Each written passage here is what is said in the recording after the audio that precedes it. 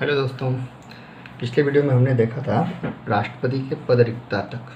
ठीक, राष्ट्रपति का पद अगर खाली हो जाता है तो उसको भरने का प्रावधान क्या है। और आज हम देखते हैं अपना लास्ट टॉपिक, राष्ट्रपति की शक्तियाँ। ठीक, तो राष्ट्रपति की शक्तियों को हम क्या करते हैं, कई पार्ट में डिवाइड कर लेते हैं कि कौन कौन सी शक्ति है। एक बार उसको हम अलग अलग देख लेते हैं कौन कौन सी है, उसके बाद सबका डिटेल में फिर देखेंगे। ठीक, तो राष्ट्रपति की जो शक्तियाँ हैं, शक्तियाँ में जैसे आपका पहला हो गया प्रशासनिक शक्ति।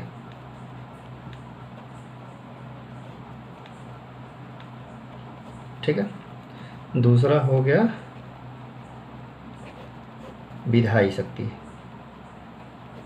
ठीक है, प्रशासनिक शक्ति मतलब कार्यपालिका से मतलब है, और प्रशासन से जो प्रशासन का काम होता है उससे रिलेटेड है। वो कौन सी शक्ति राष्ट्रपति को प्राप्त है।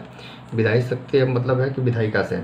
ठीक है, लोकसभा राज्यसभा जो कुछ इसमें प्रावधान है, जैसे संयुक्त बैठक का प्रावधान हो गया, संसद के सत्र को बुलाना हो गया, सत्रावसान करना हो गया, तो ये सारे विधायी शक्ति में आएंगे हमारे। उसके बाद में न्यायिक शक्ति है। ठीक है, तो राष्ट्रपति की न्यायिक शक्ति क्या है उसके बारे में देखेंगे। न्यायिक शक्ति मतलब फाइनली वही है, क्या बोलते हैं, जैसे लोकसभा से राज्यसभा से, लोकसभा राज्यसभा नहीं, मतलब जैसे क्या बोलते हैं कि जैसे किसी ने कुछ अपराध किया है, हाई कोर्ट जाता है, हाई कोर्ट से अगर उसको सज़ा मिल जाती है तो हाई कोर्ट के बाद वो सुप्रीम कोर्ट जाता है। सुप्रीम कोर्ट में क्या होता है, अगर सज़ा उसको मिल गई फाइनली तो क्या करेगा, राष्ट्रपति के पास गुहार लगाएगा अपनी क्षमा याचना के लिए। तो वो न्यायिक शक्ति है कुल मिला के राष्ट्रपति की। और एक होती है आपातकाल शक्ति।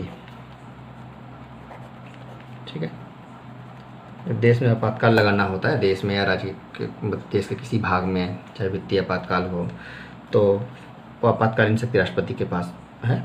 एक होता है वीटो पावर, होता है वीटो पावर ना, वीटो शक्ति होती है एक राष्ट्रपति की। और एक विधायी शक्ति का ही भाग है, इसको हम बोलते हैं अध्यादेश। ठीक है, हालांकि वीटो शक्ति भी इसी का ही एक पार्ट है। तो ये हमारा डिवीज़न हो गया शक्तियों का कि कौन कौन सी, मतलब कितने प्रकार की शक्तियाँ हैं। मोस्टली और भी हो सकती हैं, लेकिन हमने नॉर्मली इतने पार्ट में इसको डिवाइड किया है। एक एक करके अब देख लेते हैं। पहले हम देखते हैं प्रशासनिक शक्ति। ठीक है,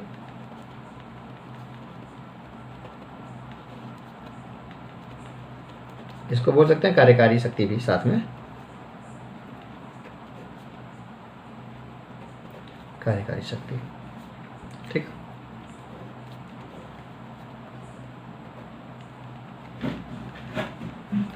देखिए ये क्या होता है, प्रशासनिक शक्तियों का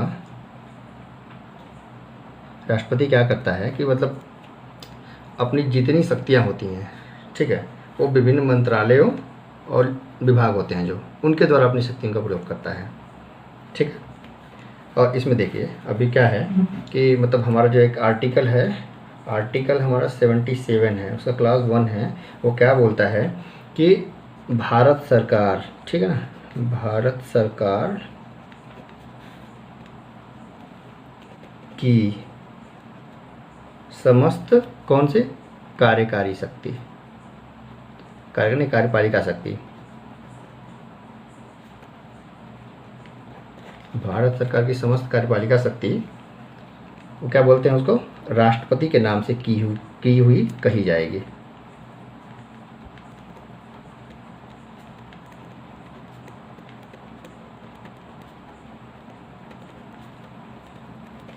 कही जाएगी या मानी जाएगी। ठीक है,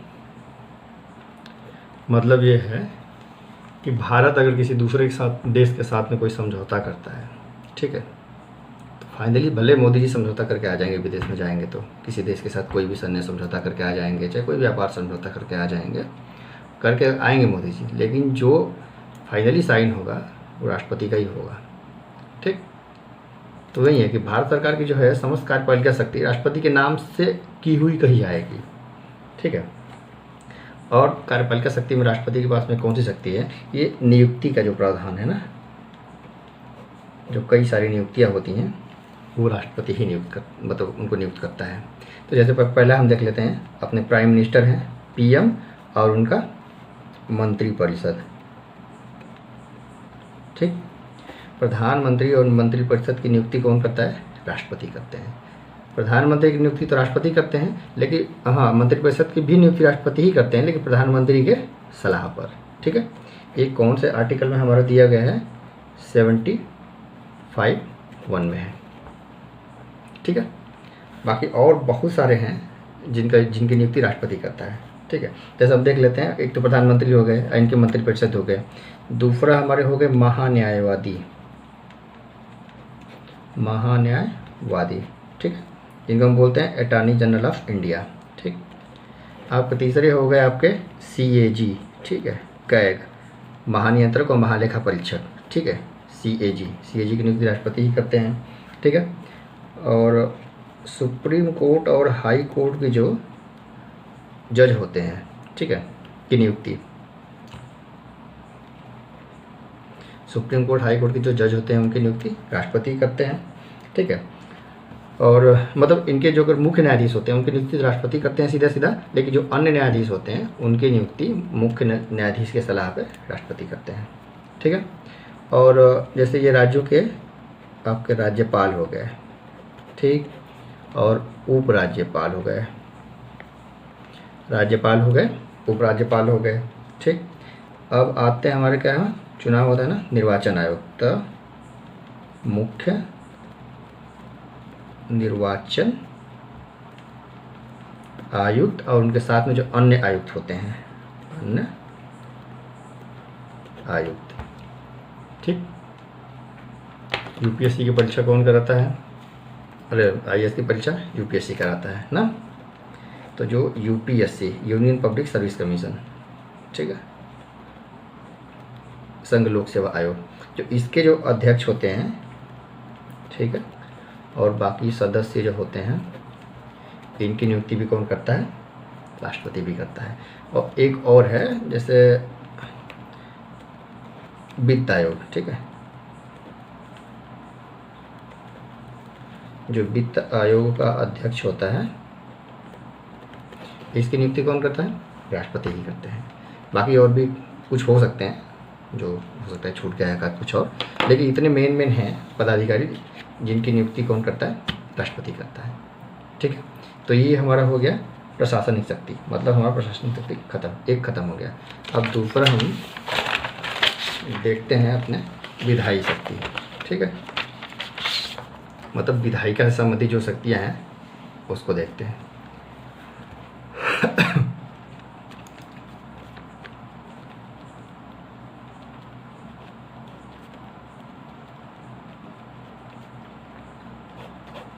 देखिए, विधायी शक्ति में मेन क्या आता है ना, जैसे क्या बोलते हैं कि जैसे सत्र को आहूत करना हो, हमने पहले ही देखा था, सत्र को आहूत करना मतलब सत्र को बुलाना। ठीक है, सत्र को आहूत करना प्लस सत्रावसान मतलब कि सत्र की, मतलब उस सत्र को समाप्त करना। ठीक, ये कौन करता है? ये राष्ट्रपति करते हैं। ठीक, ये विधायी शक्ति का मतलब ये है कि लोकसभा और राज्यसभा से संबंधित शक्तियाँ। लोकसभा और राज्यसभा में राष्ट्रपति की कौन सी शक्ति है? ठीक है, तो सत्र तो लोकसभा में ही चलता है, लोकसभा राज्यसभा में ही चलता है, तो यहाँ हम लिख लेते हैं लोकसभा प्लस राज्यसभा। ठीक है, लोकसभा और राज्यसभा में अगर सत्र को आहूत करना हो, सत्र को मतलब बुलाना हो, सत्र को समाप्त करना हो, तो वो शक्ति किसके पास है?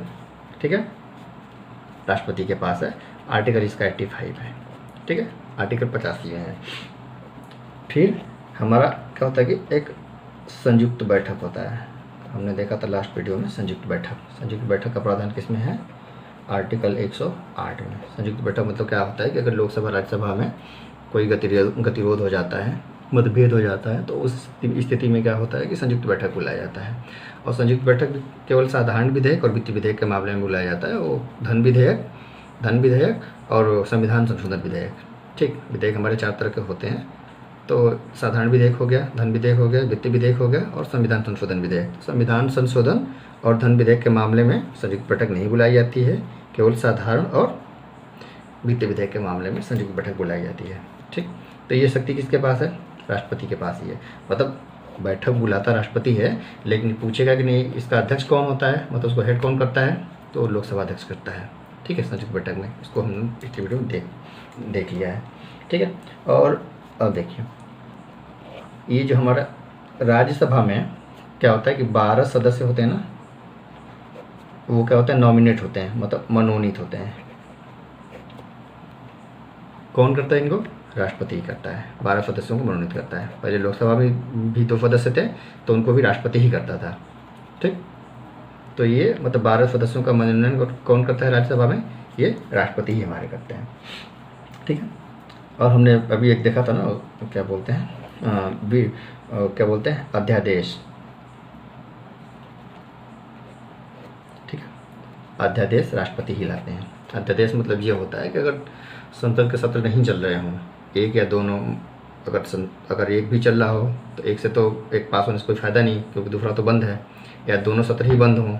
ठीक है, या कोई बहुत जल्द मतलब ज़रूरत हो कि नहीं ये बिल बनाना है, एक्ट पास करना ही है, इसको ना बिल पास करना ही है, तो उस स्थिति में क्या होता है कि अध्यादेश लाया जाता है राष्ट्रपति के द्वारा। ठीक, तो वो एक तरह से एक्ट ही होता है, वो मतलब संसद का काम करता है कुल मिला के। अगर संसद दोनों मतलब बंद नहीं, मतलब कि सत्र नहीं चल रहा उनका, तो राष्ट्रपति अध्यादेश लाता है आर्टिकल 123 के तहत। अध्यादेश को अभी हम देखेंगे थोड़ा सा, ठीक है, डिटेल में फिर देख लेंगे। फिर और एक आध शक्ति इसकी क्या है, ये राष्ट्रपति की हमने वीटो शक्ति देखा था ना अभी, वीटो पावर, ये विधायी शक्ति के अंतर्गत ही आता है।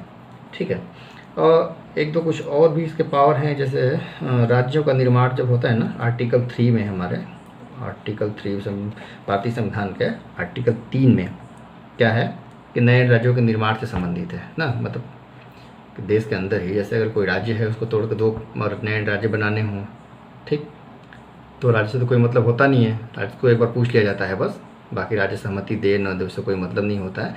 लेकिन इसके लिए राष्ट्रपति की सहमति ज़रूरी होती है, पहले राष्ट्रपति से को मतलब बताना ज़रूरी होता है। ठीक है, एक कंडीशन ये हो गया। ठीक है, और धन विधेयक भी होता है। धन विधेयक को जो अगर मतलब धन विधेयक को क्या राष्ट्रपति के क्या बोलते सिफारिश पे ही संसद में प्रस्तुत किया जाता है। ठीक, तो ये हमारी विधायी शक्तियाँ हो गई। मोस्टली 4-5 शक्तियाँ हैं मेन कि सत्र का आहूत करना, सत्र अवसान करना, संयुक्त बैठक, 12 सदस्यों को मनोनयन, अध्यादेश और वीटो पावर, और आर्टिकल 3 में राज्य के निर्माण से संबंधित है। ठीक है, और उसके बाद हम देखते हैं न्यायिक शक्ति। ठीक है, न्यायिक शक्ति मेन हमारा है। न्यायिक शक्ति का मतलब कि अगर किसी व्यक्ति को न्यायालय से, ठीक है ना, दोषी करार दे दिया गया हो, तो फाइनली एक शक्ति राष्ट्रपति के पास में होती है। राष्ट्रपति उसको कम कर सकता है, माफ़ कर सकता है, ठीक, या उसकी प्रकृति बदल सकता है, उसके लिए प्रावधान कुछ किए गए हैं। वो है राष्ट्रपति की न्यायिक शक्ति, जिसको ये बोलते हैं क्षमादान की शक्ति भी हम बोलते हैं। ठीक है, तो राष्ट्रपति की न्यायिक शक्ति है ये, मतलब नॉर्मली 3 मामलों में से दी जाती है न्यायिक शक्ति। ठीक है, तो जो हमारी न्यायिक शक्ति है, ये जो न्यायिक शक्ति है राष्ट्रपति की, ठीक है, इसको हम एक तरह से बोल देते हैं कि क्षमादान की शक्ति है। राष्ट्रपति के क्षमादान की शक्ति ये है आर्टिकल 72 में। ठीक है, क्षमादान की शक्ति। देखिए 3 मामले कौन कौन से होते हैं, 3 मामले कौन कौन से हैं। देखिए राष्ट्रपति क्या होता है कि कार्यपालिका का प्रमुख होता है। ठीक, और कार्यपालिका से संबंधित किसी कानून का उल्लंघन अगर कोई व्यक्ति कर देता है, ठीक, तो उल्लंघन कर देता है और उसको सज़ा हो जाती है, तो राष्ट्रपति के पास आ सकता है, मतलब अपने सज़ा को माफ़ कराने के लिए, चाहे कम कराने के लिए राष्ट्रपति के पास गुहार लगा सकता है। ठीक है, एक कंडीशन तो ये हो गया, मतलब कार्यपालिका शक्ति का अगर उल्लंघन करता है तो कार्यपालिका कानून का, कार्यपालिका संबंधी कानून का ऐसे बोल सकते हैं।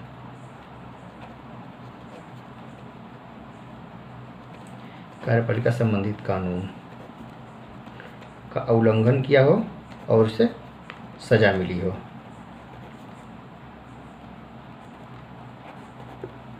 ठीक है, दूसरा होता है कि अगर सेना न्यायालय, सैनिकों के लिए क्या होता है, अलग से कोर्ट होता है ना,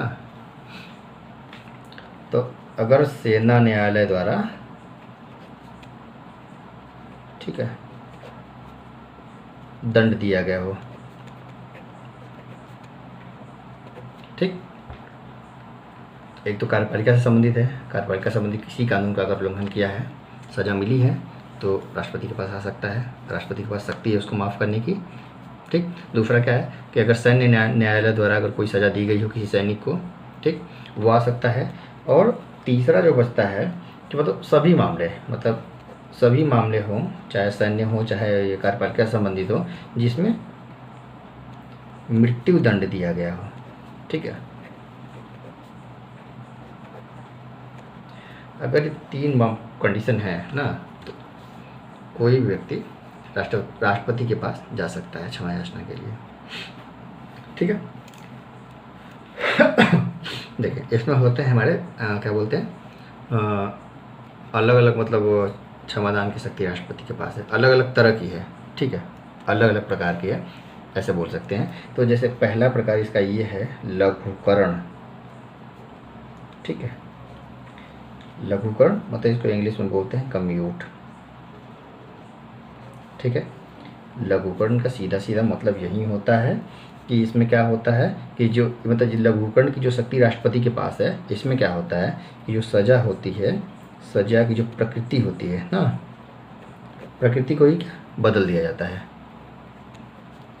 अभी देख, तो इसमें क्या होता है कि सज़ा की प्रकृति को बदला जाता है, मतलब कि ऐसा बोल सकते हैं कि अगर कठोर सज़ा है तो क्या किया जाता है, किसी हल्की सज़ा में उसको मतलब हल्की प्रकृति की सज़ा, ठीक, में बदल दिया जाता है।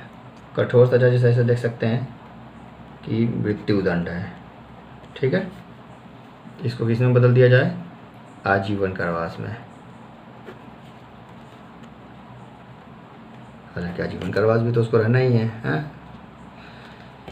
लेकिन मृत्युदंड में कम से कम वो तो मर ही जाएगा ना मृत्युदंड में, इसमें कम से कम जिंदा रहेगा।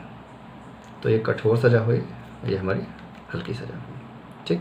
तो लघुकरण का मतलब ये है सीधा सीधा कि सज़ा की प्रकृति को इसमें क्या होता है, बदला जाता है, ठीक। कठोर सज़ा से किसी हल्की सज़ा में उसको चेंज कर दिया जाता है, ठीक। एक ये हो गया, ठीक है। दूसरा होता है परिहार, इसको बोलते हैं, ठीक है ना, परिहार, रिमिशन। परिहार में क्या करते हैं हम कि सज़ा की मात्रा को बदल दिया जाता है। मात्रा का मतलब उसकी अवधि कम कर दी जाती है। जैसे सज़ा 10 साल का है तो उसको 5 साल कर दिया जाता है, ठीक है।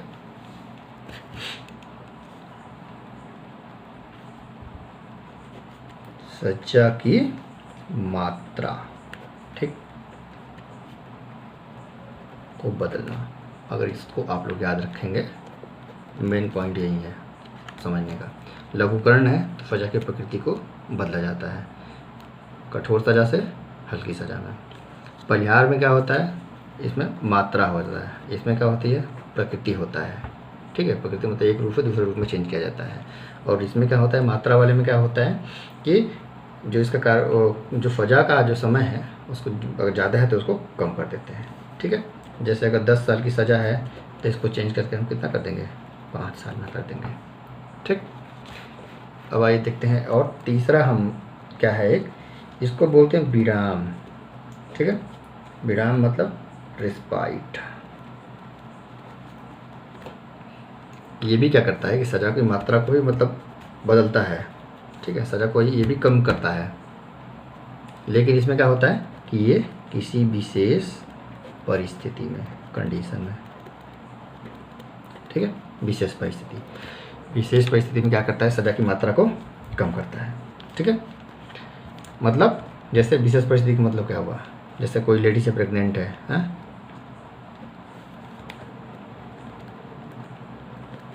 कोई वृद्ध पुरुष है, ठीक, तो उसके लिए सज़ा को हम कम ज़्यादा कर सकते हैं।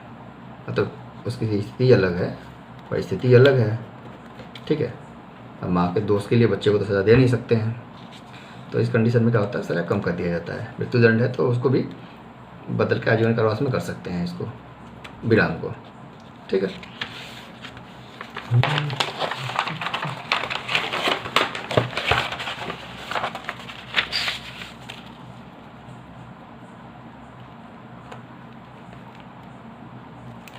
अब देखते हैं नंबर 4, इसको बोलते हैं प्रविलंबन। प्रविलंबन, ठीक है। रिप्रीव, REPRIEV, ठीक है। देखिए प्रविलंबन में क्या होता है, विलंब करना है, मतलब कि सजा को कुछ समय के लिए टाल दिया जाता है। सजा को कुछ समय के लिए टालना, मतलब राष्ट्रपति क्या करेगा, सजा को कुछ समय के लिए टाल सकता है, ठीक है ना। ये मतलब कुछ कंडीशन में होता है। कंडीशन मतलब कि जैसे राष्ट्रपति के पास ऑलरेडी क्षमा याचिका दिया हुआ है, मतलब क्षमादान हो गया आपका, और एक लघुकरण है। क्षमादान अभी अगला वाला आएगा। क्षमादान और जो लघुकरण है, इसके लिए ऑलरेडी अगर वो प्रोसेस में है दोनों राष्ट्रपति के पास में, तो राष्ट्रपति क्या करेगा कि सजा को कुछ समय के लिए टाल देगा, मतलब विलंब कर देगा, ठीक है। तो प्रविलंबन में ये है। अगला आता है हमारा क्षमा, ठीक है। क्षमा को बोलते हैं पार्डन। इसका सीधा सीधा मतलब ये है कि पूरी तरह से इसमें माफ़ कर दिया जाता है, मतलब ऐसा कि कभी सज़ा हुआ ही नहीं है, ठीक है। पूरी तरह से इसको माफ़ कर दिया जाता है, कभी घटना हुई ही न हो, ठीक। तो हम लोग देख लिए ना 5 तरह की राष्ट्रपति को क्या बोलते हैं, न्यायिक शक्तियाँ प्राप्त हुई हैं, ठीक है। लघुकरण, परिहार, ठीक है। लघुकरण हो गया, परिहार हो गया, प्रविलंबन हो गया, ठीक है, क्षमा हो गया, और एक हमारा था, एक और था यार, हाँ विराम हो गया, ठीक। अब देखते हैं हम अगला राष्ट्रपति की आपातकालीन शक्तियाँ देख लेते हैं, ठीक। तो राष्ट्रपति की विधायी शक्ति खत्म हो गई।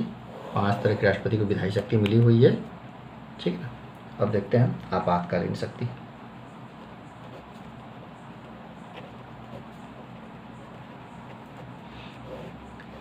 हाँ, आपातकालीन शक्ति क्या है, 3 कंडीशन है, ठीक है ना। 3 परिस्थिति में आपातकाल लगाया जाता है, मतलब 3 तरह का आपातकाल होता है, खुल जाकर 3 तरह का। एक राष्ट्रीय आपातकाल होता है, ठीक है, एक राष्ट्रपति शासन होता है, और एक वित्तीय आपातकाल होता है, ठीक है। तो आपातकाल को हम बाद में किसी चैप्टर में मतलब पूरा डिटेल में देखेंगे। एक मतलब आपातकालीन का चैप्टर होगा, उसमें हम पूरा डिटेल में देखेंगे इसका। यहाँ पर बस एक देख लेते हैं ऐसे झलक, मतलब ठीक है। एक क्या हो गया आपका, राष्ट्रीय आपातकाल, ठीक है। मतलब राष्ट्रीय आपात के संदर्भ में ऐसे बोल सकते हैं, ठीक है। ये है आपका आर्टिकल 352। इसमें होते हैं 3 कंडीशन, ठीक है। 3 कंडीशन पर राष्ट्रीय आपातकाल लगाया जाता है, ठीक है। पहला क्या हो, अगर युद्ध चल रहा हो किसी देश से, ठीक है, वायु आक्रमण किसी ने कर दिया हो, किसी देश ने हमारे ऊपर आक्रमण कर दिया हो। और तीसरा है आंतरिक अशांति,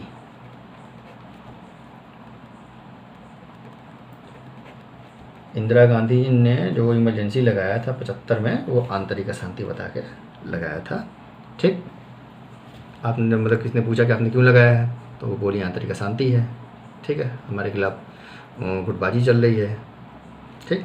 लेकिन क्या हुआ था, बाद में 42nd जो कॉन्स्टिट्यूशन अमेंडमेंट हुआ था, संविधान संशोधन हुआ था, कब, 1978 में, ठीक है। कि इसमें क्या किया गया कि आंतरिक अशांति की जगह पे क्या कर दिया गया, सशस्त्र विद्रोह, इस टर्म को ला दिया गया, ठीक है। तो अभी ये नहीं है, इसकी जगह पे क्या है, सशस्त्र विद्रोह है, ठीक। तो 3 कंडीशन में अगर राष्ट्रीय आपातकाल लगाना हो तो राष्ट्रपति कब लगाएगा, या तो युद्ध चल रहा हो, या तो वायु आक्रमण हो, या सशस्त्र विद्रोह हो गया हो, मतलब सेना ने ही विद्रोह कर दिया हो देश में, जैसे पाकिस्तान में होता है, सेना कंट्रोल में पूरा है, ठीक है। तो अगर ये 3 कंडीशन है तो राष्ट्रीय आपातकाल लगाया जा सकता है। ठीक, अब दूसरा होता है राष्ट्रपति शासन।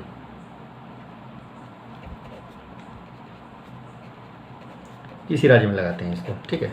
अगर क्या बोलते हैं संविधान के अनुसार, जैसे राज्यपाल अगर रिपोर्ट दे वहाँ के अपने राज्य की कि यहाँ पे संविधान के अनुसार शासन नहीं चल रहा है, व्यवस्था ठीक नहीं है, तो राष्ट्रपति क्या कर सकता है, आपातकाल लगा सकता है। तो राष्ट्रपति शासन मतलब उस स्टेट में लगा सकता है। इसका कौन सा है, आर्टिकल है 356, ठीक है। और तीसरा होता है अपना वित्तीय आपातकाल होता है, वित्तीय आपातकाल, ठीक है। वित्तीय आपातकाल मतलब देश में संकट हो गया हो, जैसे अभी चल रहा है कोरोना वायरस ना, सब कुछ बंद है, सरकार के पास पैसा नहीं है, तो सरकार चाहे तो वित्तीय आपातकाल लगा सकती है, आर्टिकल 360 के अंतर्गत, ठीक है। अब आइए आगे देखते हैं हम वीटो शक्ति देखते हैं राष्ट्रपति की, ठीक है।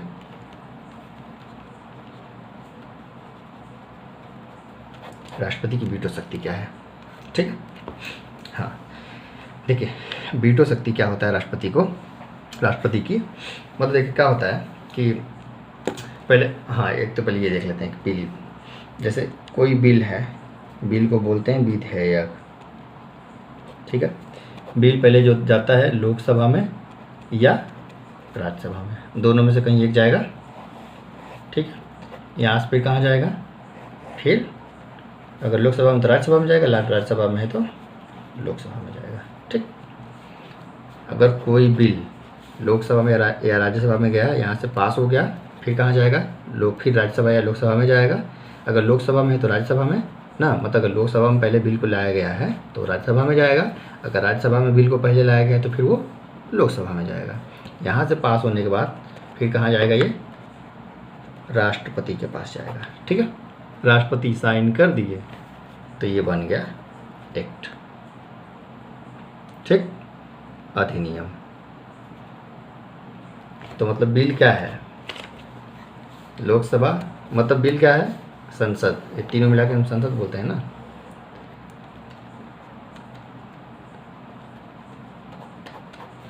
हम बिल पेश मतलब संसद में बिल पेश होता है और एक्ट बन के बाहर निकलता है, ठीक। लोकसभा पास किया, राज्यसभा पास किया, राष्ट्रपति साइन कर दिए, एक्ट बन गया, ठीक। लेकिन देखिए यहाँ पे क्या होता है कि लोकसभा से राज्यसभा गया, चाहे राज्यसभा से लोकसभा गया, यहाँ से जाएगा राष्ट्रपति के पास। तो अब राष्ट्रपति के पास क्या होता है कि 3 पावर होते हैं राष्ट्रपति के पास में। ऐसा नहीं है कि नहीं ये लोग दे दिए बिल पास करके तो राष्ट्रपति साइन कर ही देगा, ठीक है। मतलब कुछ के लिए बाध्य है, करेगा ही, जैसे धन विधेयक है तो उसको करना ही करना है, तो कुछ पूछ ही नहीं सकता है ना। लेकिन कुछ ऐसे मामले हैं जिनमें राष्ट्रपति क्या कर सकता है कि रोक सकता है अपने पास में, ठीक है। तो राष्ट्रपति के पास 3 ऑप्शन होते हैं, ठीक है। विकल्प क्या होते हैं राष्ट्रपति के पास में, जब यहाँ से बिल आता है तो राष्ट्रपति के पास 3 विकल्प होते हैं, ठीक। ये हमारा आर्टिकल है 111, आर्टिकल 111 के अनुसार राष्ट्रपति के पास 3 विकल्प होते हैं। पहला विकल्प क्या होता है कि राष्ट्रपति क्या करेगी, जो बिल आया है उसको सहमति दे दे, ठीक, मतलब साइन करके भेज दे, तो क्या हो गया, बिल एक्ट बन जाएगा, ठीक है। दूसरा क्या है कि राष्ट्रपति क्या करे कि पुनर्विचार के लिए भेज दे, मतलब बोले कि नहीं आप एक बार चेक कर लीजिए, फिर से वापस इन लोगों को लौटा दे, ठीक, पुनर्विचार के लिए भेज दे, ठीक। तीसरा क्या होता है कि राष्ट्रपति दोनों में से कुछ नहीं करेगा, अपने पास रख लेगा, अपने पास सुरक्षित रख लेगा,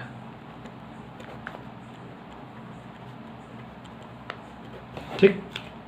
राष्ट्रपति अपने पास सुरक्षित रख लेगा मतलब कि कोई बिल अगर लोकसभा से राज्यसभा या राज्यसभा से लोकसभा जाता है, ठीक, अब वहाँ से राष्ट्रपति के पास अगर भेजा जाता है तो राष्ट्रपति के पास 3 विकल्प होते हैं। एक तो राष्ट्रपति चाहे तो मतलब उसकी सहमति दे दे, पुनर्विचार के लिए वापस भेज दे, मतलब बोले कि एक बार आप लोग फिर से चेक कर लीजिए, बिल सही नहीं है, प्रॉब्लम है कुछ, ठीक।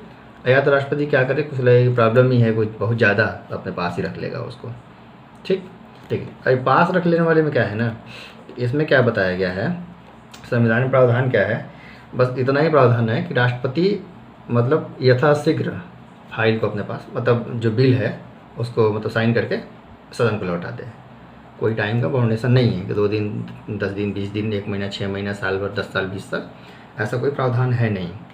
तो राष्ट्रपति क्या करता है, अपने पास रख ही लेता है। इसका एग्जाम्पल हम देखेंगे आगे, अभी देखते हैं। तो देखिए, अब देखिए ये क्या बोलते हैं कि हाँ, आप देखते हैं कि वीटो शक्ति का प्रयोग क्यों करता है राष्ट्रपति। ठीक है, मतलब उसको ज़रूरत क्या पड़ती है कि नहीं वीटो शक्ति का हम प्रयोग करें। सीधा सीधा कोई बिल आता है तो राष्ट्रपति देता है ना, सहमति दे सकता है, साइन, मतलब सही है, फाइल साइन करके दे दिया वापस। तो उसको ज़रूरत क्या पड़ती है वीटो शक्ति की, क्यों करता है ऐसा। ठीक है, जब कभी कभी क्या होता है कि जो सांसद लोग होते हैं संसद में, वो लोग जल्दबाजी में कोई बिल बना देते हैं। ठीक है, जल्दबाजी में इतना जल्दी लोग बिल मतलब बना देते हैं कि उस पर कोई बहस ही नहीं होती है, कोई विचार विमर्श नहीं होता है। तो राष्ट्रपति को लगता है कि नहीं, बिल बहुत जल्दी में बन गया है, उसको एक बार उन लोगों को फिर से विचार करने की ज़रूरत है।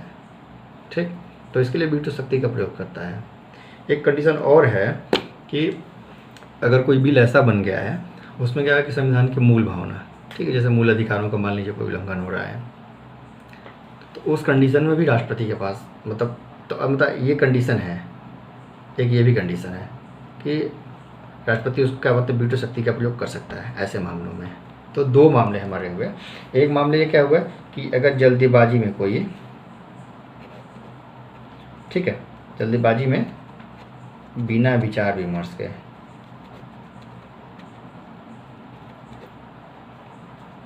ठीक है कोई बिल अगर लाया गया है,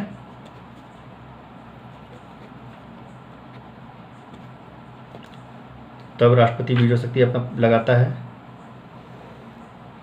वही है ना, राष्ट्रपति वीटो शक्ति का प्रयोग क्यों करता है, इसीलिए करता है कि बिल जल्दीबाजी में आ गया है। ठीक है, उस पर कोई विचार विमर्श नहीं हुआ है, कोई अच्छे से डिस्कशन नहीं हुआ पार्लियामेंट में, मतलब लोकसभा राज्यसभा में कोई डिस्कशन अच्छे से नहीं हुआ है, विचार करने की ज़रूरत है। इसलिए राष्ट्रपति क्या करता है, वीटो पावर ला देता है, वीटो शक्ति का प्रयोग कर देता है, बिल को या तो वापस लौटा देगा। ठीक, दूसरा क्या है कि अगर मूल भावना का उल्लंघन हो, मतलब कि अगर विधायिका हमारी ना लोकसभा राज्यसभा कोई ऐसा कानून बना दे जिसमें मूल भावना का उल्लंघन हो, ठीक है, जैसे मूल अधिकार के खिलाफ हो, ठीक है, मतलब ऐसा कोई बिल बना दिया जिसमें मूल अधिकार प्रभावित हो रहे हो, किसी का मूल अधिकार छीना जा रहा हो, ठीक है, चाहे उस पर कोई प्रभाव पड़ रहा हो, तो उस कंडीशन में क्या होता है कि उस कंडीशन में भी राष्ट्रपति के पास वीटो शक्ति प्रयोग करने का ऑप्शन होता है। ठीक है, तो अभी हम देखते हैं राष्ट्रपति के पास कितने तरह की वीटो शक्तियाँ होती हैं। पहले तो वीटो शक्तियाँ देख लेते हैं कितने तरह की होती हैं और भारत के राष्ट्रपति को कितने तरह की वीटो शक्तियाँ मिली हुई हैं। ठीक, तो वीटो शक्ति नॉर्मली जो वीटो शक्ति होती है, देख सकते हैं, देख लेते हैं। जो वीटो शक्ति होती है वो होती है 4 तरह की। ठीक है, एब्सोल्यूट वीटो, ठीक है, मतलब इसको बोलते हैं आत्यंतिक वीटो। ठीक है, एक एब्सोल्यूट वीटो हो गया, आत्यंतिक वीटो। ठीक है,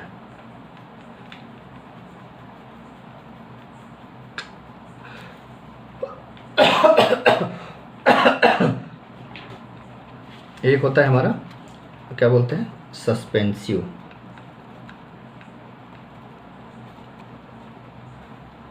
ठीक है, इसको हम बोलते हैं निलंबनकारी।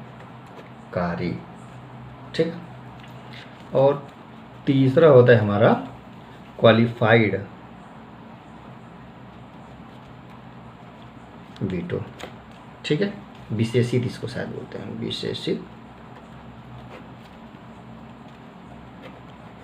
वीटो। ठीक है, और चौथा होता है हमारा जो सबसे इम्पोर्टेंट है, उसको बोलते हैं पॉकेट वीटो, मतलब इसको बोलते हैं जेवी वीटो भी इसको बोलते हैं। ठीक है,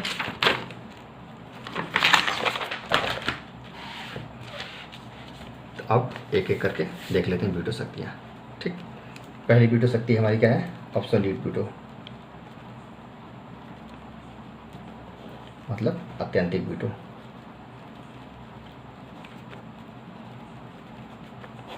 ठीक है, आत्यंतिक वीटो में क्या होता है? देखिए, इसमें क्या होता है कि विधायिका ने अगर कोई बिल पास करके राष्ट्रपति के पास भेजा हो तो राष्ट्रपति क्या कर सकता है? उसको पूरी तरह से खारिज कर सकता है। ठीक है, आत्यंतिक वीटो में पूरी तरह से खारिज। ठीक, मतलब कि अगर विधायिका क्या क्या कि अगर बिल को राष्ट्रपति के पास भेजा है, ठीक है, तो राष्ट्रपति क्या कर सकता है? उसको पूरी तरह से खारिज कर सकता है। ठीक है, अब इंडिया के कंडीशन, मतलब ये एब्सोल्यूट वीटो, देखिए वीटो का हम प्रकार देख रहे थे ना, 4 तरह का वीटो होता है। तो एक वीटो हमारा है एब्सोल्यूट वीटो। एब्सोल्यूट वीटो में क्या होता है कि राष्ट्रपति क्या करता है कि इसको पूरी तरह से खारिज कर सकता है। मतलब जो विधायिका अगर बिल बना के राष्ट्रपति के पास भेजती है, राष्ट्रपति इसको पूरी तरह से खारिज कर सकता है। ठीक, अब इंडिया में देखते हैं कि जो भारत के राष्ट्रपति इसका को मतलब ये वाला जो वीटो है कितना मिला है, मतलब पूरा सेम वीटो जैसा है दूसरे देशों के राष्ट्रपति के पास में, सेम यही वाला वीटो भारत के राष्ट्रपति को भी है कि भारतीय राष्ट्रपति को कुछ अलग से मिला हुआ है। तो भारत के जो राष्ट्रपति को मिला हुआ है एब्सोल्यूट वीटो, आत्यंतिक वीटो, वो सीमित मात्रा में मिला हुआ है। ठीक है, सीमित मात्रा में मिला हुआ है, मतलब एक तरह से इसको बोल सकते हैं कि इस पर क्या है कि आपका जो मंत्री परिषद होते हैं उनका प्रभाव होता है। ठीक है, सीमित मात्रा में, और मंत्रिपरिषद का इस पर प्रभाव होता है। मतलब जैसे अगर एग्जांपल जैसे ये देख लें कि जैसे अगर कोई प्राइवेट मेंबर बिल, जैसे बिल क्या होता है कि 2 तरह का होता है। ठीक है, एक तो मंत्रिपरिषद, मतलब कोई मंत्री अगर बिल को पेश करता है, ठीक है, और एक है कि मंत्री के अलावा अगर कोई आदमी, दूसरा व्यक्ति, कोई मतलब कोई दूसरा सांसद अगर बिल को प्रस्तुत करता है, भले उसी पार्टी का हो, उससे कोई मतलब नहीं है, तो उसको हम बोलते हैं प्राइवेट बिल बोलते हैं। तो अगर दूसरा किसी मेंबर का बिल है, ठीक है, राष्ट्रपति के पास वो पहुंच गया है दोनों सदन से पास होकर, तो संसद अगर मंत्रिपरिषद, ठीक है, मंत्रिपरिषद अगर राष्ट्रपति को सलाह देंगे कि नहीं आप वीटो पावर लगा दीजिए अपना, ठीक है, इसको क्या बोलते हैं अब्सोल्यूट कर दीजिए, राष्ट्रपति क्या करेगा? उनको, ठीक है, अनुमति देने से मना कर देगा। ठीक, एक तो कंडीशन ये हो गई। और दूसरा क्या होता है कि जैसे एक सरकार क्या बोलते हैं कि अभी कोई सरकार है अभी, ठीक, वो बिल पास कर दी, बिल पास करके दोनों सदन से पास करा के राष्ट्रपति के पास भेज दी, तो राष्ट्रपति राष्ट्रपति के पास भेज दी और तुरंत क्या हुआ कि सरकार गिर गई। ठीक, सरकार गिर गई मतलब भंग हो गई, चाहे सरकार गिर गई, चाहे कार्यकाल खत्म हो गया। फिर क्या हुआ कि चुनाव हुआ, राष्ट्रपति ने अभी तक मान लीजिए उस पर फाइन नहीं किया है, उसको अपने पास उसे रखा हुआ है। ठीक, चुनाव हुआ, नई सरकार बनी, तो नई सरकार बनने के बाद में जो नई मंत्रिपरिषद हमारी है, चाहे नई सरकार है, अगर राष्ट्रपति को बोले कि नहीं आप क्या करिए, उसको कैंसिल कर दीजिए, ठीक है, आप अपने एब्सोल्यूट वीटो का प्रयोग कर लीजिए उस पर, ठीक है, मतलब वापस कर दीजिए, तो राष्ट्रपति क्या करता है? उस टाइम भी प्रयोग करता है, एब्सोल्यूट वीटो का प्रयोग करता है उस पर। इसका एग्जाम्पल हम देख सकते हैं कि मतलब इसका कब यूज़ किया गया था। तो जैसे क्या हुआ था कि 1954 में, ठीक ना, क्या पेप्सू मतलब Patiala and east Punjab, Patiala and east Punjab state union, मतलब कुल ना कि यही है कि आप उधर जाएंगे नॉर्थ इंडिया में तो 8 स्टेट थे टोटल। ये 8 स्टेट कौन थे? जो राज्य रजवाड़ों के थे। तो 8 राज्यों को, मतलब राज्य रजवाड़ों को के राज्यों को मिला के एक पेप्सू बनाया गया था। ठीक है, एक मतलब सारे को मिला के कि मतलब संयुक्त एक राज्य बनाया गया था। तो इसके लिए एक विधेयक लाया गया था, ठीक है ना, पेप्सू विनियोग विधेयक।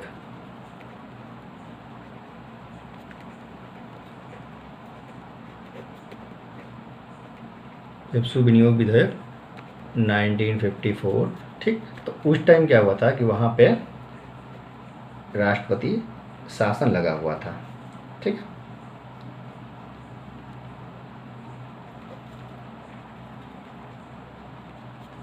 देखिए क्या हुआ कि संसद में एक पेप्सू विनियोग विधेयक अधिनियम विधेयक लाया गया 1954 लाया गया संसद में, संसद से पास करके राष्ट्रपति के पास में भेज दिया गया। ठीक है, लेकिन क्या था, कंडीशन क्या था कि उस टाइम क्या था कि जो पेप्सू का क्षेत्र था ये हिमाचल प्रदेश का अंदर मोस्टली क्षेत्र है, पंजाब वाला, ठीक है, पंजाब और हिमाचल के आसपास का पूरा क्षेत्र है ये, लेकिन क्षेत्र है। और उस टाइम क्या हुआ था कि वहाँ पे राष्ट्रपति शासन लागू हुआ था उस जगह पे, ठीक। तब लेकिन फिर क्या हुआ कि ये लोग क्या किए कि ये विधेयक को पास करके राष्ट्रपति के पास भेज दीजिए ना। उसी बीच क्या हुआ कि राष्ट्रपति शासन वहाँ से हट गया, ठीक। राष्ट्रपति शासन रद्द के हट गया। फिर क्या हुआ, मंत्रिपरिषद लोग बोले कि नहीं नहीं आप रोक लीजिए, ठीक है, विधेयक को पास मत करिए। तो मतलब ये एक सीधा सीधा एक मतलब यही है कि सीमित मात्रा में ये मिला है भारतीय राष्ट्रपति को, और मंत्रिपरिषद का इस पर प्रभाव रहता है। हम कंडीशन देखें ना दो, एक तो जैसे प्राइवेट मेंबर का बिल है कोई, वो चला गया है, तो अगर मंत्रिपरिषद सलाह देती है राष्ट्रपति को तो राष्ट्रपति क्या कर सकता है, उसको मतलब पारित नहीं, बिल एक्ट नहीं बनाता है, मतलब साइन नहीं करता है, वो एक्ट नहीं बनता है। दूसरा क्या है इस केस में कि पहले तो संसद ने क्या किया कि एक बिल बना के भेज दिया राष्ट्रपति के पास में, ठीक है, इसके लिए। लेकिन उसी बीच क्या हुआ, यहाँ पे राष्ट्रपति शासन लगा था पहले तो, और राष्ट्रपति शासन हट गया। अब भाई राष्ट्रपति के पास गया तो राष्ट्रपति अब तो कुछ तो करेगा ना, क्या करेगा राष्ट्रपति, अब जो उसके पास 3 ऑप्शन उसी में से कुछ करेगा अब तो, ठीक। तो इसमें वही बोलते हैं कि पुनर्विचार वाला मतलब एक तरह से बोल सकते हैं वापस करना है ना, पुनर्विचार के लिए जो लौटाता है वही वाला इसमें है, जो दूसरी शक्ति राष्ट्रपति की, जो दूसरा ऑप्शन है राष्ट्रपति के पास में पुनर्विचार के लिए, ठीक। तो ये है एब्सोल्यूट वीटो, ठीक है। इसमें क्या हो, एक और इसका एग्जांपल हम देख सकते हैं। एक और एग्जांपल क्या था कि 1991 में क्या हुआ था ना कि लोकसभा क्या हुआ कि जल्दी बिल पास करके ना, लोकसभा राज्यसभा दोनों मतलब विधायिका ने क्या किया, जल्दी बिल पास करके राष्ट्रपति के पास में भेज दिया। अब बिल किस चीज़ का था, सांसद लोग के वेतन भत्ते से रिलेटेड एक बिल था। उसके लिए बिल पास करके ये लोग बढ़ाने के लिए राष्ट्रपति के पास भेज दिए। लेकिन कब भेजे थे, जैसे कल संसद का सत्र खत्म होने वाला है, सत्र नहीं, कल लोकसभा भंग होने वाली है, कल मतलब उसका कार्यकाल कल खत्म होने वाला है, और एक दिन पहले ये लोग बिल बना के भेजे राष्ट्रपति के पास में, ठीक। तो अगले दिन सरकार गिर गई, ठीक। फिर क्या हुआ, राष्ट्रपति के पास शक्ति होती है, लेकिन ये लोग क्या किए कि राष्ट्रपति से पहले अनुमति नहीं लिए थे, मतलब बिल बनाने के लिए राष्ट्रपति से पहले अनुमति लेनी पड़ती है, ठीक है ना, बिल पास करने से पहले, मतलब प्रस्तुत करने से पहले, ठीक। ये धन से रिलेटेड मामला हो गया ना, तो ये लोग लिए नहीं थे पहले, राष्ट्रपति के पास ऑप्शन मिल गया, राष्ट्रपति क्या किया, अपने पास रख लिया बिल को, राष्ट्रपति पास ही नहीं किया, अनुमति नहीं दी, ठीक है। तो हमारा हो गया एब्सोल्यूट वीटो, ठीक है। अब देखते हैं हम सस्पेंसिव वीटो ना, निलंबनकारी वीटो।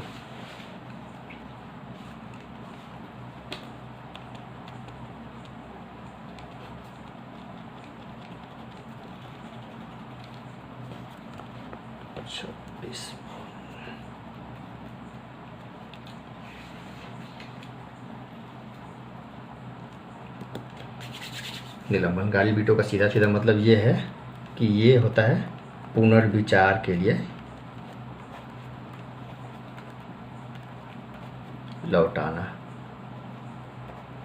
ठीक है। लेकिन अगर धन विधेयक है, ठीक है, और कॉन्स्टिट्यूशन अमेंडमेंट बिल, ठीक है, अगर धन विधेयक है और संविधान संशोधन विधेयक है तो इन दोनों मामले में पुनर्विचार के लिए नहीं लौटा सकता है, ठीक है।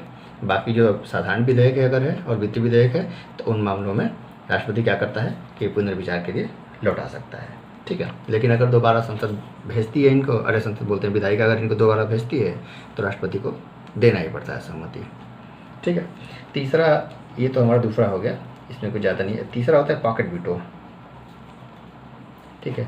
ये इंपॉर्टेंट है थोड़ा, मतलब ये पूरी तरह से राष्ट्रपति की शक्ति है, मतलब एकदम सबसे ज़बरदस्त जो शक्ति राष्ट्रपति की है यही है पॉकेट वीटो की, मतलब राष्ट्रपति बिल को अपने पास रख लेगा, नहीं देगा, ठीक है।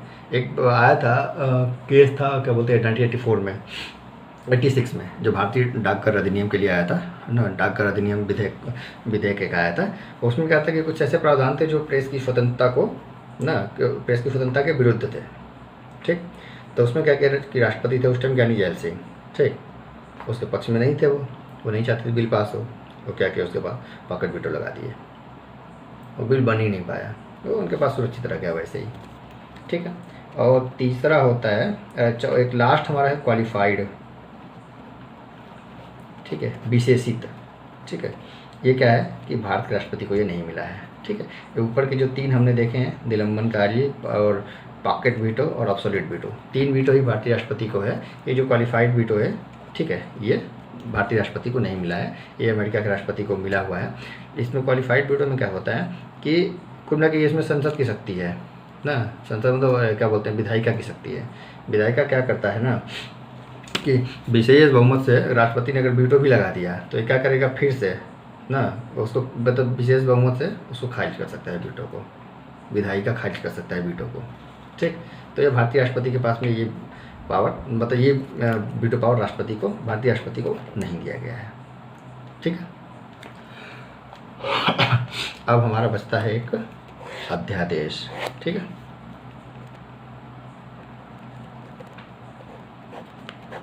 ठीक है, ये अध्यादेश किस में है, हमारा आर्टिकल 123 में, ठीक है।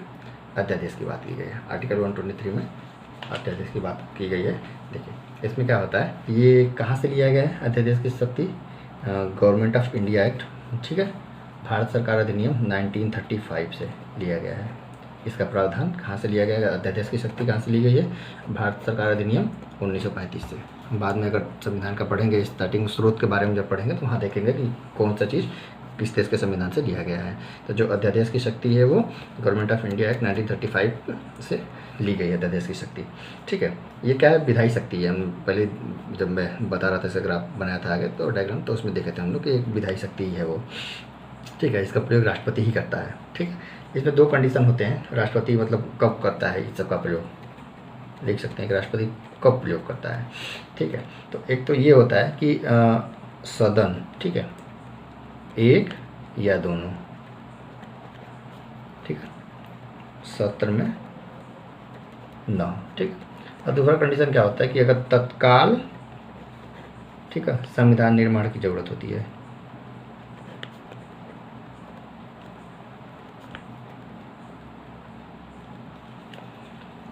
देखिए अध्यादेश का सीधा सीधा मतलब ये है कि संसद के अगर, मतलब अध्यादेश क्या है, एक तरह का एक्ट ही है। जैसे हम क्या देखें कि बिल है, लोकसभा में जाएगा, राज्यसभा में जाएगा, राष्ट्रपति के पास जाएगा, फिर तो जो बिल है वो एक्ट बन जाएगा। हमने ऐसा देखा था ना, लोकसभा, राज्यसभा, राष्ट्रपति, तो बिल एक्ट बन गया। अभी अगर जैसे लोकसभा है, राज्यसभा है और प्रेसिडेंट है ना, यहाँ से बिल जाता है इनके पास में, हाँ। लेकिन अगर मान लीजिए कि ये नहीं चल रहा है, बंद है, तो एक से तो बनेगा नहीं, क्योंकि हमारे पास दोनों सदन का लेना पड़ेगा ना, दोनों सदन से पास करना पड़ेगा इसको। तो अगर लोकसभा बंद है तो राज्यसभा बस चालू है, अगर, ठीक है, मतलब क्या बोलते हैं, कार्यकाल में है, तो एक सदन से तो हम बिल बना नहीं पाएंगे और एक बना नहीं पाएंगे, हमको दोनों सदन की मतलब सहमति ज़रूरी है। अगर ये भी चल रहा है, मान लीजिए अगर ये बंद है, ये चल रहा है, ठीक, तो एक सदन से होगा नहीं, या तो दोनों ही सत्र में ना हो, ठीक है, कार्यकाल नहीं मतलब सत्र में ना हो। 3 सत्र हमने देखा था ना, बजट सत्र, मानसून और शरद सत्र, 3 सत्र होते हैं। अगर सत्र नहीं चल रहे हों, ठीक है, दोनों में से किसी के सत्र नहीं चल रहे हों या किसी एक का चल भी रहा हो, तो क्या होता है कि कोई भी बिल एक्ट नहीं बन पाएगा, क्योंकि दोनों सदन की मतलब सहमति की ज़रूरत होती है। तो उस टाइम में क्या होता है कि इन दोनों को छोड़ के, इन दोनों को हटा के राष्ट्रपति सीधा क्या करता है कि अध्यादेश जारी कर देता है। वो एक तरह का क्या होता है, एक्ट ही होता है, कुछ और नहीं होता है, वो भी एक तरह का एक्ट ही होता है, ठीक है। तो मतलब अगर लोकसभा, राज्यसभा अगर नहीं चल रहे हों, इन मतलब सत्र में नहीं हो, तो राष्ट्रपति क्या करता है, सीधा सीधा अध्यादेश जारी कर देता है, मतलब एक तरह से एक्ट ही निकाल देता है, सीधा सीधा वो कानून बना के ही निकाल देता है। अब वो जो ये दोनों जो पहले हम नियम देखे थे कि लोकसभा गया, राज्यसभा गया, राष्ट्रपति गया, जो बिल बन के आया ना, एक्ट बन के आया, तो सेम जो पावर होती है, दोनों की सेम शक्ति होती है एकदम से। ऐसा नहीं है कि नहीं अध्यादेश बना है तो उसकी कम शक्ति है। अध्यादेश मतलब एक तरह का कानून ही है, ठीक है, एक तरह का मतलब कानून ही है अध्यादेश, ठीक है। तो ये 2 कंडीशन होते हैं कि इस कंडीशन में क्या होता है कि अध्यादेश जारी किया जाता है। कब, या तो कोई सदन सत्र में ना हो, ठीक, या तत्काल संविधान निर्माण की ज़रूरत हो, लेकिन इसका बहुत दुरुपयोग होता है, ठीक है। जैसे किसी को, जैसे गवर्नमेंट को पास करना होता है कोई बिल, तो क्या करता है कि सत्र जब बंद होता है दोनों सत्र का ख़त्म होते हैं तो उस टाइम सीधा अध्यादेश जारी करवा लेता है। ठीक, तो मिसयूज बहुत सारा होता है इसका। देखिए इसमें क्या होता है कि मतलब ये राष्ट्रपति अध्यादेश जारी तो कर देगा, लेकिन हमारे पास क्या बोलते हैं कि 3 विषय हैं ना। एक देखिए, एक संघ की शक्ति है ना, एक संघीय सूची है, ठीक है, एक राज्य की सूची है, एक समवर्ती सूची होती है। सीधा सीधा मतलब ये है कि राज्य सूची जो है इसके विषय पे क्या होता है कि राज्य कानून बनाता है, मतलब विधानसभाएं कानून बनाती हैं। संघ वाले पे क्या बोलते हैं, संसद कानून बनाता है, लोकसभा राज्यसभा जो है। और समवर्ती सूची में दोनों कानून बनाते हैं, ये भी बनाता है, ये भी बनाता है, ठीक है। लेकिन अगर संसद ने बनाया है कानून तो स्टेट वाला ख़त्म हो जाता है, स्टेट वाले को मान्य नहीं करता, संसद वाला मान्य किया जाता है, ठीक है। तो क्या होता है कि राष्ट्रपति किस पर अध्यादेश जारी करेगा? ऐसा नहीं है कि राज्य वाले पे भी जारी कर देगा, क्योंकि राज्य में तो सरकारें चली रही हैं, तो राज्य में तो अध्यादेश जारी करेगा नहीं। तो क्या होता है कि संघ सूची के मामले में कोई के विषय के मामले का कोई विषय हो या समवर्ती सूची का कोई विषय हो, तो इन दोनों मामलों पे क्या करता है राष्ट्रपति अध्यादेश जारी कर सकता है। और राज्य सूची के विषय पे भी अध्यादेश जारी कर सकता है। कंडीशन ये है कि वहाँ पे राष्ट्रपति शासन लागू हो, ठीक है, तब तो राज्य सूची के विषय पे भी क्या करता है अध्यादेश जारी कर सकता है, ठीक है। अब इसका अध्यादेश का समय कितना होता है, अध्यादेश कितने समय तक रहता है, क्वेश्चन ये आता है। ये होता है जैसे अध्यादेश मतलब कब लागू हुआ, मतलब अध्यादेश कब जारी किया गया, जब सत्र में संसद के दोनों सदन सत्र में नहीं है, ठीक। 2 सदन के बीच का गैप कितना होता है, मैक्सिमम 6 महीना होता है। मतलब कि अगर संसद का सत्र आज ख़त्म हो रहा है, अगर कल अध्यादेश ला दिया गया तो 6 महीना ये मतलब दूसरा सदन चालू होने के लिए मैक्सिमम 6 महीना, क्योंकि 6 महीना में चालू ही करना है, तो 6 महीना वो, और उसके बाद 6 हफ्ता तक और होता है।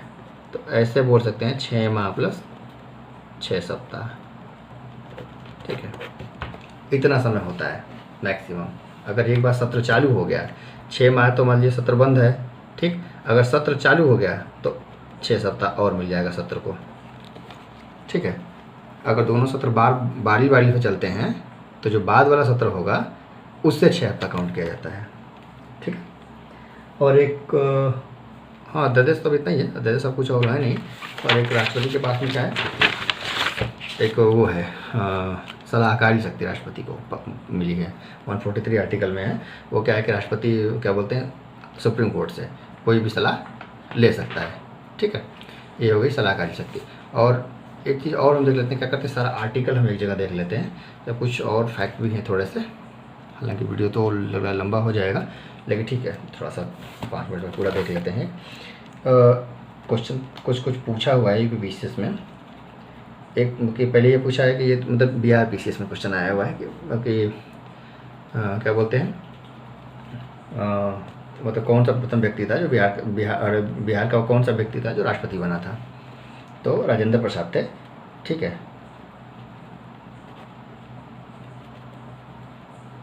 राजेंद्र प्रसाद हैं, वो पहले बिहार के व्यक्ति हैं, ठीक है, बिहार से हैं, ठीक। और इनका एक और क्या है कि ये 2 बार राष्ट्रपति रहे हैं,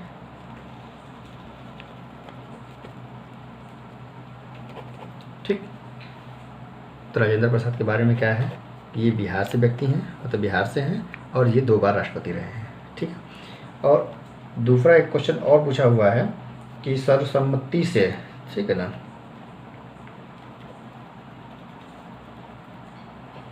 राष्ट्रपति का क्या होता है चुनाव होता है, लेकिन एक लोग हैं जो सर्वसम्मति से राष्ट्रपति बने हुए हैं, ठीक है, उनका नाम संजीवा रेड्डी, एन संजीवा रेड्डी है ना, ठीक। ये सर्वसम्मति से क्या हुए थे राष्ट्रपति चुने गए थे। सर्वसम्मति बोलिए या निर्विरोध बोल सकते हैं। कब बने थे 1977 से 82 तक इनका कार्यकाल था, 5 साल का, ठीक है। और एक और राष्ट्रपति के बारे में है, क्या है दार्शनिक राजा उनको कहा जाता है, ठीक है, दार्शनिक राजा। ये हैं अपने सर्वपल्ली राधाकृष्णन,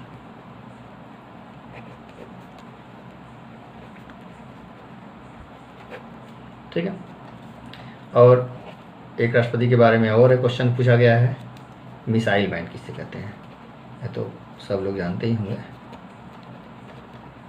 बोलते हैं APJ अब्दुल कलाम जी को मिसाइल मैन बोला गया है। ठीक है, एक क्वेश्चन और भी आ सकता है, जैसे प्रथम महिला, अब तो हालांकि नहीं आएगा लेकिन फिर भी, क्योंकि भारत में अभी तक एक ही महिला राष्ट्रपति बनी है। ठीक है, वो क्या कौन थी? प्रतिभा पाटिल।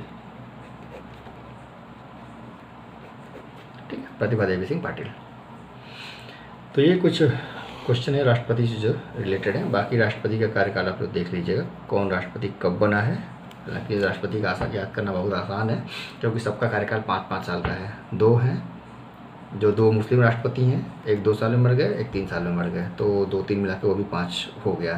तो आप 52 से देखेंगे, 52 से 57, 57 से 62, ठीक है, ऐसे 62 67 ऐसे कर करके आगे आप बढ़ सकते हैं। 5-5 साल सब काउंट कर सकते हैं। ठीक है, 67 से वो एक एक्सपायर कर गए, फिर दूसरे बने, फिर एक एक्सपायर कर गए, तो आप मतलब उनका सीरियल नंबर याद कर सकते हैं। बेहतर ये होगा कि पहले स्टार्टिंग वाला 3-4 याद करिए, अभी वाला शुरू वाला इस टाइम वाला 3-4 याद करिए। ऐसा फिलहाल का तो अभी याद ही होगा, रामनाथ कोविंद हैं, इनसे पहले प्रणब मुखर्जी थे। ठीक है, प्रतिभा पाटिल थी, इनसे पहले क्या बोलते हैं अब्दुल कलाम जी थे, केरा नारायणन थे। तो ये फिर इधर ये मतलब अभी से 3-4 याद करिए और स्टार्टिंग से 3-4 याद करिए, अभी चला फिर कुछ याद कर लीजिए, तो आपको मतलब याद करने में कोई ज़्यादा दिक्कत नहीं होगी। और अभी हम क्या करते हैं कि एक बार सारे आर्टिकल हम देख लेते हैं इकट्ठे में पूरा। ठीक है, राष्ट्रपति से संबंधित कितने आर्टिकल हैं, बहुत सारे आर्टिकल हैं राष्ट्रपति से संबंधित, एक जगह हम क्या करते हैं इसको इकट्ठा कर लेते हैं। वीडियो तो लग रहा है 1 घंटा हो जाएगा, ठीक है, कोई बात नहीं, देख लेते हैं। देखिए क्या है, प्रमुख आर्टिकल, इसका तो हम भाग जानते हैं कि संविधान के किस भाग में है, भाग 5 में इसका वर्णन किया गया है। ठीक है, और इसका सब राष्ट्रपति के लिए आर्टिकल जो लगातार 52 से चालू होता है। ठीक है ना, 52, 53, 54, 55, 56, 57, 58, 59, 60, 61, 62 लगातार चालू होता है। और उसके बाद में फिर जाके कुछ राज्यसभा के लिए सकती है, कुछ संयुक्त बैठक बुलाने वाला है, मतलब ऐसे और बहुत सारे हैं आर्टिकल, वो भी आगे हम पूरा इकट्ठा एक जगह देख लेंगे पूरा। ठीक है, तो हमारा आर्टिकल 52 पहले देख लेते हैं। 52 में क्या है? ठीक है, इसमें क्या बोलते हैं कि एक राष्ट्रपति होगा। ठीक है, भारत का एक राष्ट्रपति होगा। ठीक है, 53 में क्या बोला गया है कि जो कार्यपालिका शक्ति होगी,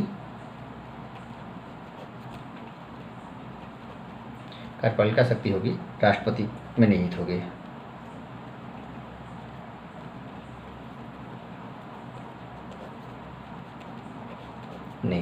ठीक है, आर्टिकल 54 में क्या बोला गया है कि राष्ट्रपति का जो निर्वाचन होगा, इसमें एक निर्वाचक मंडल द्वारा होगा।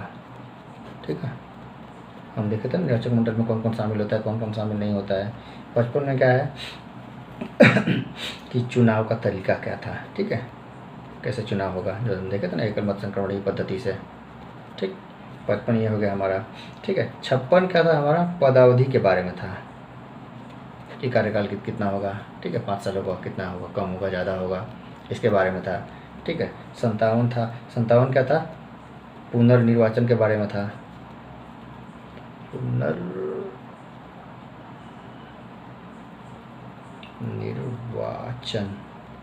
ठीक है, राष्ट्रपति का फिर से निर्वाचन करना हो तो उसके लिए 57 है आर्टिकल। ठीक है, आर्टिकल 58 में हमारा क्या था, अर्हता था ना, क्वालिफिकेशन के बारे में थे राष्ट्रपति के। ठीक है, वहीं भारत का नागरिक हो। ठीक है ना, आर्टिकल 9 में क्या, 59 में क्या था, शर्तें थी। ठीक, किसी लाभ के पद पर नहीं होगा, सारा हम देखे थे ना, लाभ के पद पर नहीं होगा, राष्ट्रपति आवास में रहेगा। ठीक, और आर्टिकल 60 इसमें क्या था हमारा, शपथ के बारे में था। ठीक है, आर्टिकल 61 में क्या था, महाभियोग के बारे में था, राष्ट्रपति में महाभियोग लगाया जाता है, कैसे लगाया जाता है, उसकी प्रक्रिया के बारे में था। ठीक है, 61 महाभियोग हो गया था हमारा। और आर्टिकल 62, ठीक है, इसमें क्या था, पद रिक्तता के बारे में है। ठीक, राष्ट्रपति का पद अगर खाली रहेगा तो कौन उसके जगह पे कार्य करेगा, राष्ट्रपति नहीं, जैसे उपराष्ट्रपति हैं तो CJI ना, क्या बोलते हैं चीफ जस्टिस ऑफ इंडिया, अगर वो नहीं है तो कोई सीनियर मोस्ट जज रहेगा। ठीक, उसके बाद में क्या था क्या है, आर्टिकल 72 है, 72। अभी हम देखें क्षमादान की शक्ति, ठीक, 72 हो गया आर्टिकल हमारा। उसके बाद हम क्या देखते हैं, आर्टिकल 74 है, ठीक है। इसमें क्या है, 74 क्लास 1 में क्या बोला गया है कि राष्ट्रपति की सहायता तथा सलाह देने के लिए क्या होगा, एक मंत्रिपरिषद होगा, और मंत्रिपरिषद का जो प्रधान होगा वो प्रधानमंत्री होगा, ठीक है। ये क्या है, सलाह प्लस सहायता कौन करेगा, मंत्रिपरिषद, ठीक है।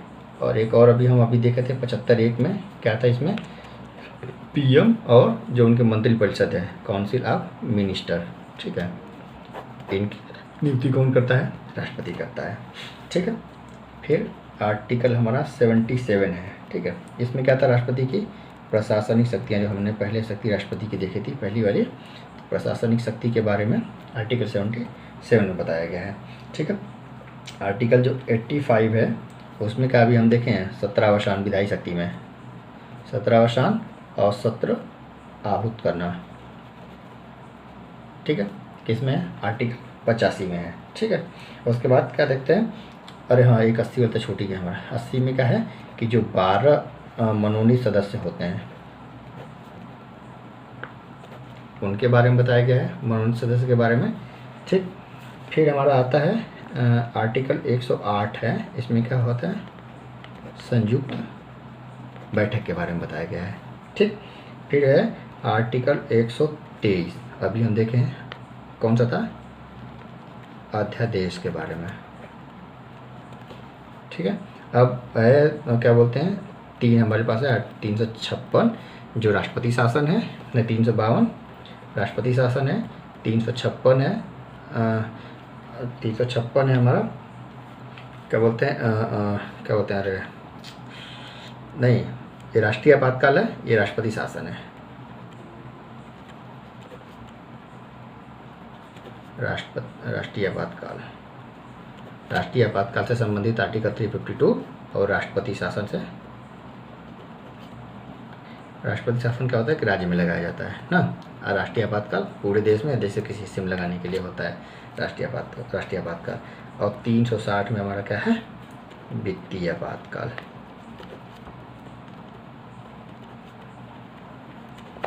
तो इतने हमारे आर्टिकल हो गए, ठीक है, जो राष्ट्रपति से रिलेटेड हैं। मतलब इतना तो लाइन्स हमको मिल जाएगा एक जगह पे 62 तक, ठीक है, 52 से लेकर यहाँ तक, लेकिन ये कहीं कहीं बिखरा पड़ा हुआ है, तो इसको एक जगह पे इकट्ठा करके लिख सकते हैं पूरा, ठीक है। उसके बाद कोई डाउट हो तो कमेंट करें। Okay, thank you.